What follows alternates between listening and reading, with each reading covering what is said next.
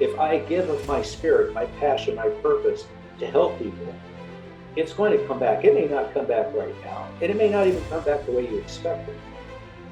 It may not even come back from the person you expected it from, but truly it will come back.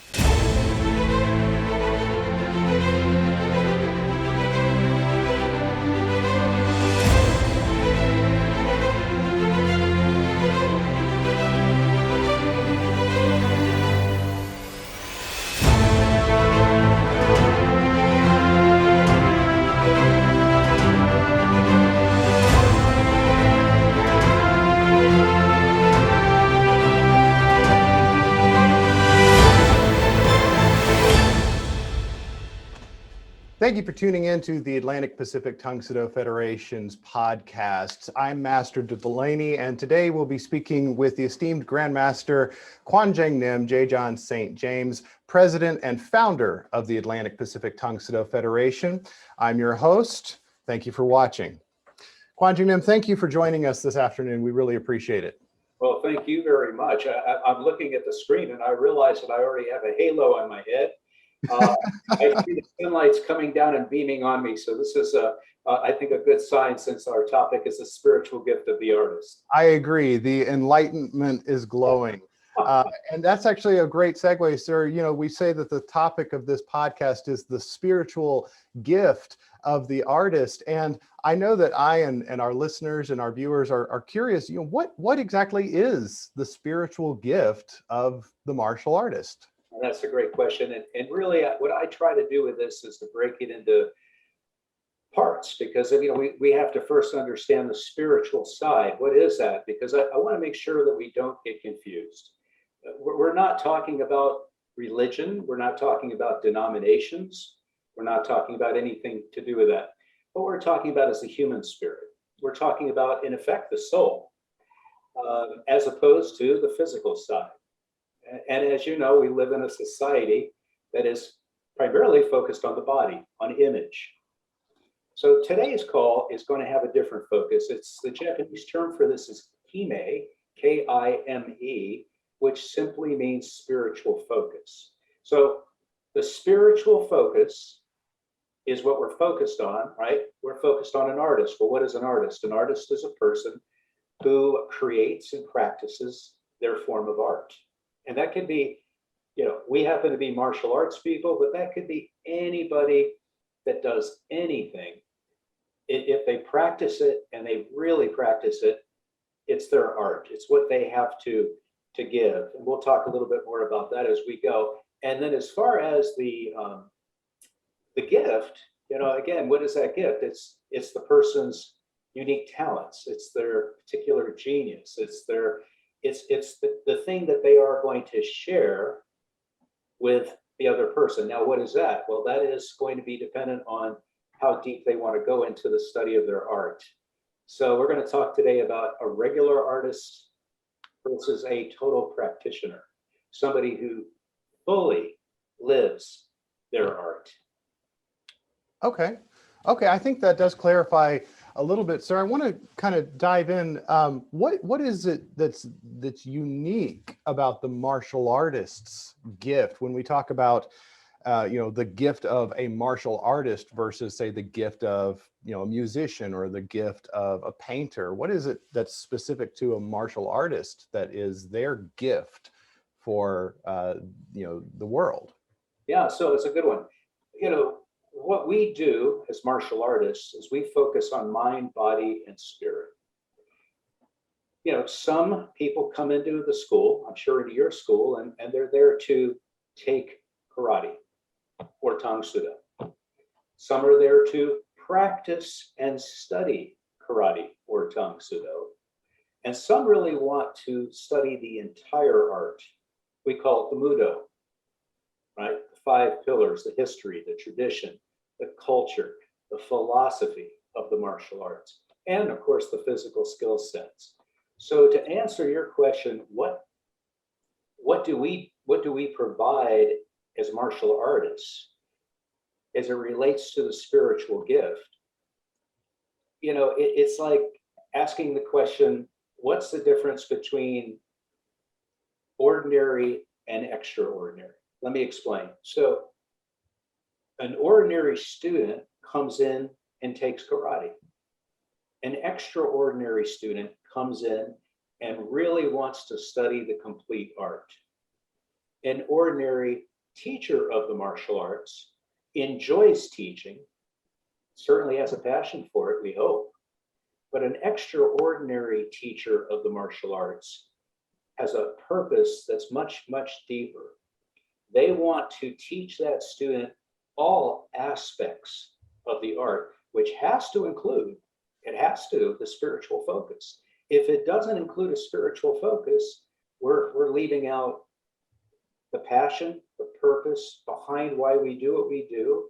It doesn't go deep enough for the student to get the full, broad experience of living the art. And so the total practitioner, in this case, if it's a school owner or if it's a student that studies the arts properly, they're studying all three aspects of the art. They're in balance. So that's, of course, very, very important. We talk about in the martial arts about being in balance and staying in balance. So if we focus just on physical skills, well, we're going to be out of balance, perhaps, on the mental curriculum, right? So if we're just focused on winning a tournament or we're just focused on taking out an opponent, we may be missing the humility aspects, the respect and courtesy aspects of the art. So the deeper level, the spiritual gift, is to share what we have to share with excellence, but not just excellence, to do it with a higher purpose in mind. And we'll talk more about that as we go. That's wonderful, sir. I love how you mentioned purpose as being directly associated with this spiritual gift that we're talking about today. And I think that that's such a beautiful concept, that in the concept of spirit, we also have emotionality and intentionality. And I think that this is something that's really enlightening to approach anything that you do, or say, for example, in the process of teaching or even studying the martial arts, that you do it with that purpose and with that intentionality. And it's almost impossible to separate that concept from the concept of spirit in that spiritual gift that you're discussing. Is that about sum it up? No, that's very well put. I mean, my era, I'll be dating myself as we go here, but of course I started practicing in the 70s, in the mid 70s. And of course, Kung Fu, the show with David Carradine that you may be familiar with, that was all about living the art. This is a person that truly lived mind, body, and spirit. If we think about the samurai, again, total practitioners of their art, mind, body, and spirit. Whatever they did it as training. So, how we walk, how we talk, how we sit, how we interact with people, how we teach, how we study, all of these things are part of your training. It's training in the art. Now, the spiritual gift, let's go back to what you said, this is critical. So glad you brought it up, is anybody who is excellent at what they do is aware, fully aware, not just self-aware, because you got to know yourself first, obviously, but situationally aware. And they're aware at a higher level. They have a gut and intuition as to what does somebody really need. They ask, what is it that you really need? They sense, what do they really need? And then they give them that. They teach them that. They share their experience with this person in a way that the person walks away with a much deeper, more broad experience as to the art itself. So it isn't just kicking and punching. It's not just winning a tournament or a trophy. It's something much larger than that. It's developing the person's full and complete potential. This is a really deep. So when you say awareness, real quickly, awareness, intentionality, oh my goodness. We could spend a whole time, we don't have time, but we could spend a whole podcast just on intentionality, to be honest. Maybe we'll do that soon, sir. Maybe we'll do that soon. I know that you're writing a book, and this has been a project of yours for some years now, and you've titled your book, The Hero's Journey Along the Master's path. And I wanted to ask, is this topic of the spiritual gift of the artist related in any way to the hero's journey? Because they seem like they might be commingled. Oh, absolutely. Yeah, that's a great question too. So my halo grows. Yes, sir. So anyway, yeah, back to it. Yes, it does. I mean, the hero's journey is really about each one of us are on a life journey. You're on a life journey. I'm on a life journey. We're all on this path. We're all taking steps, and each one of us has a little different way of stepping. Each one of us has a little different sub path that they may go on from time to time. But ultimately, we're all on a path from beginning, middle to end. And so how we take this path, how we step along the way leads us in the direction that we're either going to make a mark, the mark of excellence, if you will. We're going to do that, we hope, as a hero. And let me explain that, because what is a hero? In the case of the book that I'm writing, a hero is just an ordinary person like you and I. I mean, we'd all like to think we're extraordinary, and we are at times. We're all extraordinary at times. However, it's an ordinary person who does extraordinary things during extraordinary times. It's a person who steps up. Speaking of the path, they step up when they're needed most. I'll give you a great example of what I'm talking about. We've all been living through this horrific pandemic. And if you think about nurses and doctors and EMT folks and law enforcement, and if you think about what they've been doing during this pandemic, these are ordinary people who've been doing extraordinary things during extraordinary times. They've stepped up. Now, a lot of them did it because they felt obligated to do it. And we're going to talk about that. The Japanese term for this is geri, G-E-R-I. It just means the feeling of obligation, but for the right reason. This is critical, for the right reason. So if a nurse is giving up her time at the hospital, even at the expense of her family, and putting her life on the line, which oftentimes that nurse is, they're doing it from the heart, because there's really not enough money that could pay them to do that particular job. It is a martial artist, it doesn't have to be so extravagant or so extraordinary that it's newsworthy, but just the things that you do. You're a school owner. I've been a school owner for so many years. The time you take with somebody who really needs your help, that little extra time that you take, whether it's a mat chat or it's an office visit or it's a private that you do on the side, anything you do to help anybody using your gift, and your gift, of course, is very unique. You are extraordinary in your communication skills. You can articulate the values and the benefits of the art. You can do it with passion and purpose, obviously. You wouldn't be as successful as you are. When you use that gift for the right reason, Gary, from the heart, and you do it in a way where you're sharing your knowledge, your attitude, your skills, your habits with somebody else, and you're developing their potential, you're doing God's work.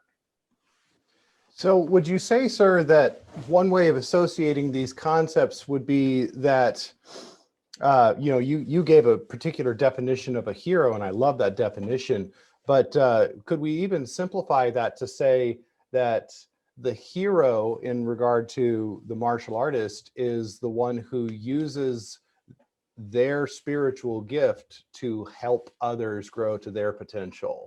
Is that one way that we could shape that? Absolutely correct. Yeah. And it's doing it with the mark of excellence. With the mark of excellence. I won't forget that. This is important because, if somebody is an artist, let's use what we think of a typical artist. Um, let's start with a painter. We'll use a sculptor, a painter, or a musician, whatever we want to use. Oh, let's use a musician, even better. There are a lot of people that play music and are entertaining. Maybe just entertaining themselves, not necessarily entertaining the masses. But there are certain musicians that are so skilled at their art that when they play, they touch, they inspire, they motivate people to want to be able to live at a higher level because they've witnessed it. They've been inspired, they've been motivated, they've been touched. They're very rare, but when it happens, you know it. You know, the goosebumps that go up and down your arms. You've seen, I'm sure even in the martial arts, you've seen people perform and your jaw is just wide open. You're like, oh my goodness. This is the mark of excellence. This is the signature of what we call a total practitioner. The total practitioner is somebody who does this not just because they have to, because oftentimes that's the other thing. The total practitioner is only doing what they have to do. They don't know any other way. That is how they're wired. They're wired to live their art. You know, if you think about Picasso or Mozart or Beethoven or you know, if you prefer in the rock world, Jimi Hendrix or anybody who was extraordinary at their art, their craft. This is somebody that's compelled, they're obsessed to do something at a level that actually is a gift. And it's a spiritual gift. It's not just a physical gift. It transcends physical. I hope that makes sense. It does, sir. And actually it's kind of bringing me to a different idea here. In many of your examples, you're talking about the mark of excellence, and you use several references to some of these great performers over time, some of these really great inspirational or motivational individuals. And I question, I kind of come back in the back of my head and say, well, what does this mean for the beginner? What does this mean for somebody who for using martial arts, for example, what does this mean for the 8-year-old who barely knows how to throw a punch? Do they have a spiritual gift that they can share, or is that something that's distantly down the road and maybe even unattainable for them? It's a great question. This question that most people will miss, this comes down to, we all have inside of us a unique gift. Everybody has a unique gift. Our job is to be aware with intentionality and find it. And some people find it sooner than others. Remember, I said we're all on a path. We're all taking steps. You have heard, I'm sure, in the martial arts, of course, the beginner's mindset. Japanese term is shoshin, the beginner's mindset. When somebody starts out at anything, in the words of one of my mentors, John Maxwell, they stink. Yeah, when we all start at something, we stink. If you go back and think about your first day, the first day you ever put your white belt on, and you compared yourself, inevitably you had to the black belts on the front row, you were like, oh my gosh, that's not going to happen. But you stayed the course. You stayed the path. So everybody has a gift, a unique gift, a particular genius. The thing is staying the course. It's the power of consistency. It's doing it long enough that you're able to develop, again, the acronym is CASH, K-A-S-H. I call it the success cycle. The CASH is knowledge, attitude, skills, and habits. It takes a while to hone these. Now, it depends. There are prodigies, there are children, well documented, or child prodigies that are so far along developed in one specific area of genius that they are doing things that adults aren't doing, and they're doing it as kids. So every one of us has the ability to develop it. Just some have to be persistent and patient. And this is the beauty of what we teach, because we teach that. Now, on that real quickly, before I forget, because this is critical, uh, when we talk about understanding the spirit, the spiritual gift, and having a spiritual focus, kime, we got to be thinking too about spiritual literacy. Let me explain briefly. If you want to enhance your personal relationships inside or outside of the studio, we call the dojang, the Japanese call dojo, the Chinese call Kwan. If you want to do that outside of the training hall, you really have to develop spiritual literacy. What does that mean? Well, this doesn't just come naturally to everybody. All right. So you have to develop your compassion. You have to develop your empathy. You have to develop patience. You have to be able to recognize, acknowledge, and encourage people. If you're in the business world, and I'm sure some people that are listening to this are in the business world, you are, I am. To develop your professional life, you've got to develop the ability to engage people where they are. And oftentimes where people are is in a place where they need help. So you have to be able to do that in a way that they can understand. So to develop your professional side, you're going to have to become a team player. You're going to have to be able to communicate with empathy. You're going to have to be, you're going to need to network with people. And if you're networking with people, if you don't have awareness about who they are and what they're about, what they need, well, obviously, it'd be hard for you to communicate, to build rapport with them. So again, what does this all have to do with the spiritual gift? It does take a while to develop this gift. Very, very few people are born with it. But if you think about this for a moment. We live in a time where there's 5 generations in the workforce. There are still people from the Great Generation, World War II people, my seniors. And then there's my group, the baby boomers. Then there's the Gen Xers, right? Then there's the Generation Y, the millennials. And then there's the Gen Zers. And here's what we know. If you want to communicate with Gen Y and Gen Z, you really need to understand what I'm talking about here, because you have to be able to empathize. You have to be able to create a dialogue. The old top-down authority that we learned from, that I learned by, doesn't work. I'll give you a quick example from the studio, the dojang. When I started in the martial arts, you can probably relate with some of this, but back in the 70s, if the instructor is on the floor and they're teaching something and you didn't understand it, if you had the audacity to ask, to stop the instructor in class while they were teaching, to ask them, they would invite you to the front, and they would, typically, this was not unusual, they would demonstrate on you. And typically, if let's say it was a joint lock, a simple circular wrist lock, they would say, grab the wrist, and you'd grab the wrist, and then as they were twisting your wrist out of socket, your eyeballs were popping out, you would understand very quickly the technique. Now, why do I share that with you? That's one way to learn, but we now know that's not the best way to learn, right?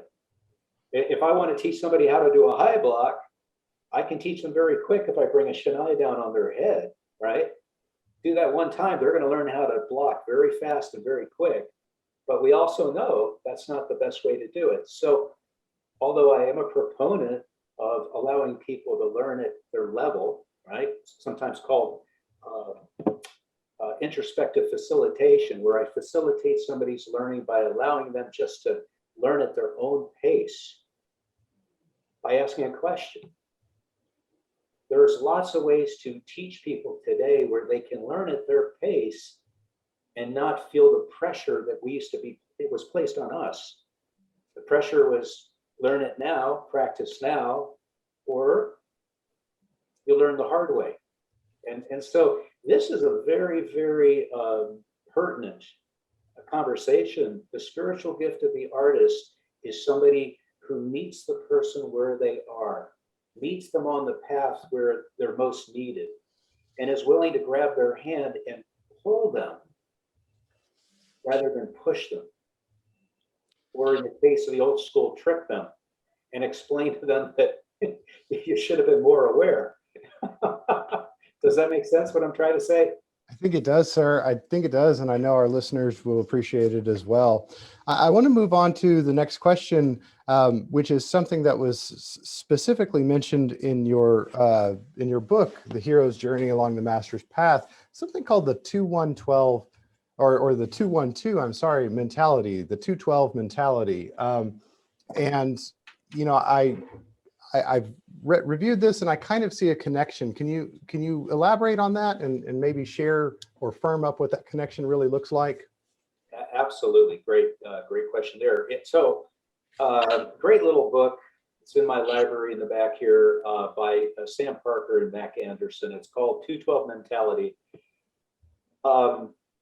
In my coaching business, I use the name Studio 212, and it comes from this concept, which is at 211 degrees. And I'm taking this right out of their book, right? At 211 degrees, water boils. At 212 degrees, it turns into steam.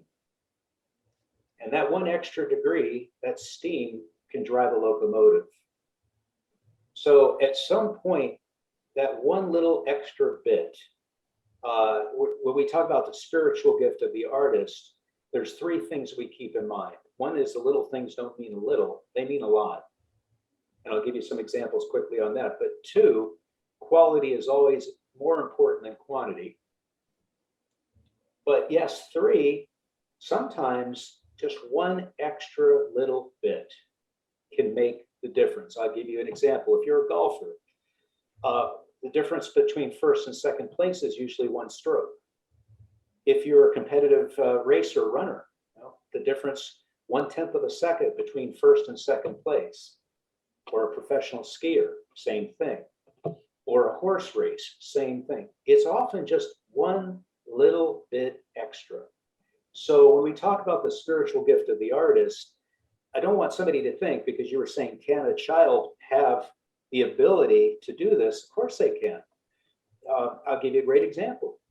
If a child smiles and says, hello, sir, and greets you properly, and then you go walking towards that door, that child goes to the door and opens the door for you because you're his instructor, you're his senior, you're his teacher. That is a spiritual gift of the artist. If you, in turn, if you're teaching somebody and you really like what they did, and you take just that little extra time to write a thank you note, to send to their parent and to them, to thank them for being a part of your family, your martial arts group, your school, that little extra bit could be the difference between them finishing the path as a martial artist, which ends when we pass to the next place, or not. So that little extra is what we're talking about. Quality is always more important than quantity. And again, the little things don't mean a little, they mean a lot. So anybody can use the spiritual gift of the artist. I know, sir, that I've been inspired even by brand new students, as an instructor of the martial arts, so using myself as an example, I know that it can sometimes be a challenge to get out of bed in the morning and go teach a class, just like anyone else in any other profession, right? And sometimes, as you were sharing, the littlest things make the largest difference. And so your example of the young child, smiling and bowing and being excited about their training and about being excited for being on the floor, that can be inspiring even to the oldest, most curmudgeonly black belt in the room. And I think that may be what you're trying to say, where the gift is not only the gift that keeps on giving, but it's the gift that keeps on being given back and forth, not necessarily from one generation to the next generation, but sometimes in reverse, where the next generation is giving that same gift back to the older generation. And I think that that's a beautiful cycle, perhaps. That is, let me just share one more thing before I forget real quickly, because what you're saying is prompting me to remember this. You are right. It is a back and forth process. And so what we know is that the spiritual gift of the artist is providing excellent service to whoever that they are fortunate enough to work with. Having said that, we also know that the receiving process starts with the giving process. So we know we have to first give to get, and we're constantly in that situation. Now, you may be familiar with the giving circle. The giving circle simply is this: I give you something, and you feel compelled through the law of reciprocity to give me something back. And we do this all the time, and everybody does this. And it's not necessarily being done for the wrong reason, but obviously, in a lot of times, it's just a business transaction. The difference is with the spiritual gift of the artist, they're not giving for that purpose. What they're doing more is what I call the ripple effect, or if you prefer, the wave effect. And very briefly, that's this. If you were to take a pebble and drop it in a pond, it sends out small ripples or waves of energy. And what I'm about ready to say is pretty deep, but I believe it. I believe we're all spiritual beings having a human experience.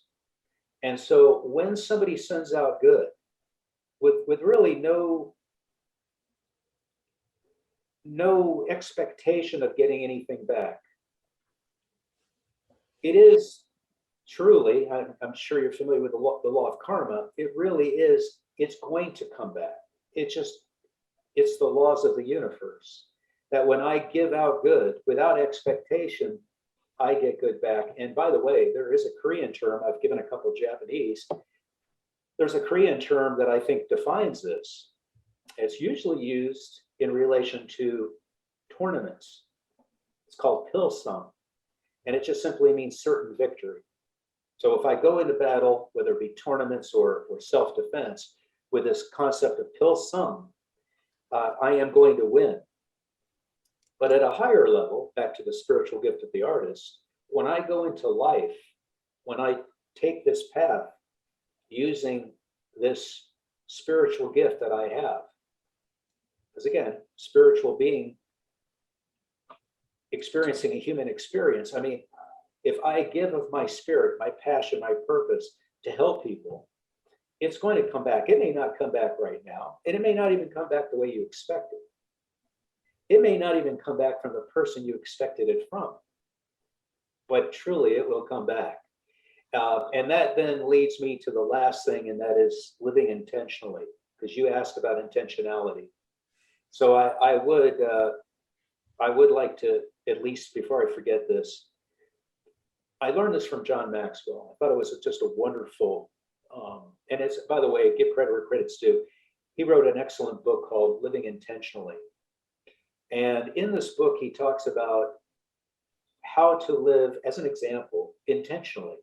And I think this sums up the spiritual gift of the artist, because it takes doing just ordinary things to an extraordinary level if you work it. It's like everything else. Life is not about more information. It's not even about more knowledge. We already have plenty of that. It's about more application. It's about doing. I always love that, because think about what we do. The dough, the path, is about doing. Do, dough. But back to the point, he talks about, to lay out your week with intentionality. So as an example, on Sunday, he uses serve God and family first. On Monday, be the first to offer help. On Tuesday, partner with a friend. On Wednesday, do intentional acts of kindness as opposed to random acts of kindness. On Thursday, have meaningful mealtime conversation. On Friday, surprise somebody with how much they matter. On Saturday, put it all together and plan for the next week. Well, here's what I know. If you just hit one of those things each day, you're doing something extraordinary that very few people ever do. If you do them all every day, you're going to be living the spiritual gift of the artist. You'll be practicing what my book and what I teach and what I'm all about is living the art. You know, it's so much bigger than kicking and punching, and that's kind of what I'd like to leave with. Well, thank you very much, sir. And again, thank you not only for your valuable insights and you in your attempt to give the spiritual gift in helping enlighten the next generation of leaders, but also thank you for being here with me today and giving of your time and of your knowledge. And I know that I personally, as well as all of our listeners and our viewers, do sincerely appreciate your time with us. And did you have anything else that you wanted to kind of contribute as final thoughts or final suggestions to our listeners?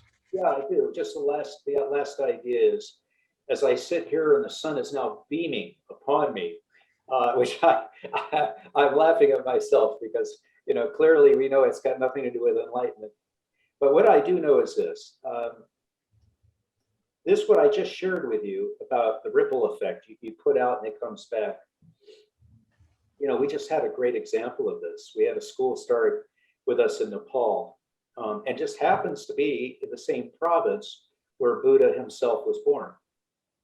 And although I've never had the fortune to be over there, one of our members just came back from there. And what he shared with me and his experience with these just wonderful people that have a real spiritual focus about living, not just for, you know, material things, because quite frankly, they're, you know, third world, the developing country, but just the spirit that he felt, the hospitality, the love for somebody coming over and spending their time and energy and resources to help them grow in our art, I think speaks to what we're really all about.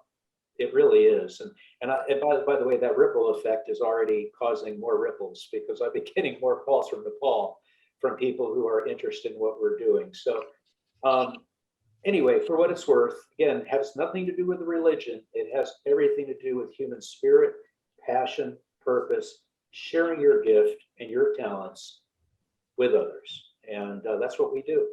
Well, once again, sir, I want to say thank you on behalf of myself and all of our listeners for sharing your gift with us today. And I look forward to the next time. To our listeners, I want to say thank you very much for tuning in. We really appreciate the views, the plugins, like and subscribe if you are enjoying this type of content. And many thanks to our esteemed guest, Kwan Jang Nim, Grandmaster John St. James, President and founder of the Atlantic Pacific Tongsudo Federation, and to all of our viewers at home, thanks for watching.